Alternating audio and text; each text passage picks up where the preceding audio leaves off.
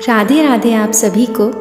मेरे चैनल पर अगर आप पहली बार आ रहे हैं तो मेरे चैनल को सब्सक्राइब करें और बेल आइकन को प्रेस करें। श्री राधा नाम के एक बार लेने की कीमत। एक बार एक व्यक्ति था, वह एक संत जी के पास गया और कहता है, मेरा एक बेटा है, वो ना तो पूजा पाठ करता है और ना ही भगवान का नाम लेता है। आप कुछ ऐसा कीजिए कि उसका मन भगवान में लग जाए। संत जी कहते हैं, ठीक है बेटा, एक दिन तू अपने बेटे को मेरे पास लेकर आ जा।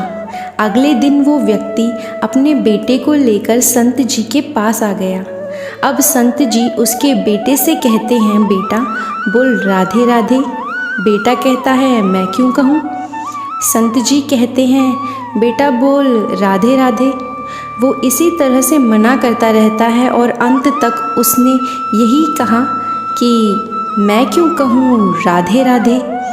संत जी ने कहा, जब तुम मर जाओगे और यमराज जी के पास जाओगे तब यमराज जी तुमसे पूछेंगे कि कभी भगवान का नाम लिया, कोई अच्छा काम किया। तब तुम कह देना कि मैंने जीवन में एक बार श्री राधा रानी का नाम बोला है, बस एक बार। इतना बताकर वह चले गए। समय व्यतीत हुआ और एक दिन वह मर गया। यमराज जी के पास पहुंचा। यमराज जी ने पूछा, कभी कोई अच्छा काम किया है।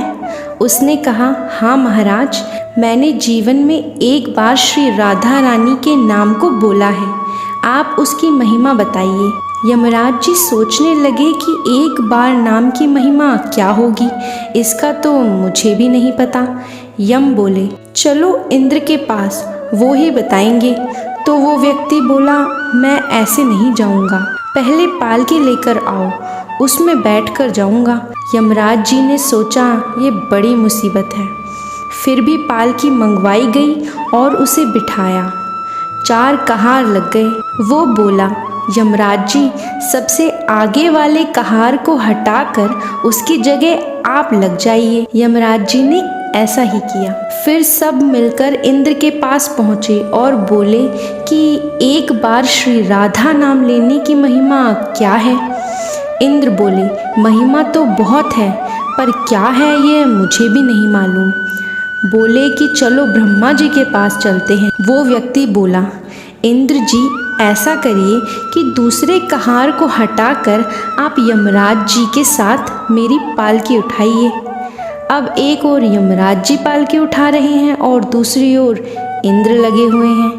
पहुँचे ब्रह्मा जी के पास। ब्रह्मा जी ने सोचा कि ऐसा कौन सा प्राणी ब्रह्मलोक की ओर आ रहा है जिसकी स्वयं इंद्र और यमराज जी पालकी उठा रहे हैं। वे ब्रह्मा जी के पास पहुँचे।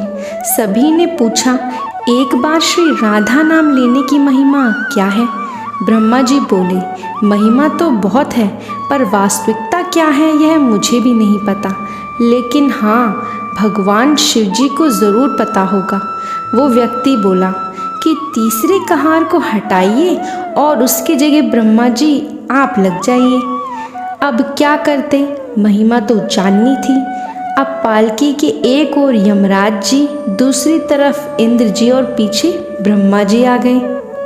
सब मिलकर भगवान शिव जी के पास गए और भगवान शिव से पूछा कि प्रभु, श्री राधा नाम की महिमा क्या होगी। केवल एक बार नाम लेने की महिमा आप कृपा करके बताएंगे। भगवान शिव बोले कि मुझे भी नहीं पता, लेकिन भगवान विष्णु जी को ज़रूर पता होगा। वो व्यक्ति शिव जी से बोला कि अब आप भी पालकी उठाने में लग जाइए। इस प्रकार ब्रह्मा जी, शिव जी, यमराज जी और इंद्र जी चारों उस व्यक्ति की पालकी उठाने में लग गए और विष्णु जी के लोग पहुँचे। विष्णु जी से पूछा कि एक बार श्री राधा नाम लेने की महिमा क्या है। विष्णु जी बोले, अरे जिसकी पालकी को स्वयं मृत्यु के राजा यमराज जी, स्वर्ग के राजा इंद्र, ब्रह्मलोक के राजा ब्रह्मा जी और साक्षात भगवान शिव जी उठा रहे हों, इससे बड़ी महिमा क्या होगी। जब सिर्फ एक बार श्री राधा नाम लेने के कारण आपने इनको पालकी में उठा ही लिया है तो अब ये मेरी गोद में बैठने के अधिकारी हो गए हैं। भगवान श्री कृष्ण ने स्वयं कहा कि जो केवल रा बोलते हैं तो मैं सब काम छोड़कर खड़ा हो जाता हूँ, और जैसे ही वो धा शब्द का उच्चारण करता है तो मैं उसकी ओर दौड़कर उसे अपनी गोद में भर लेता हूँ। बोलो राधे राधे।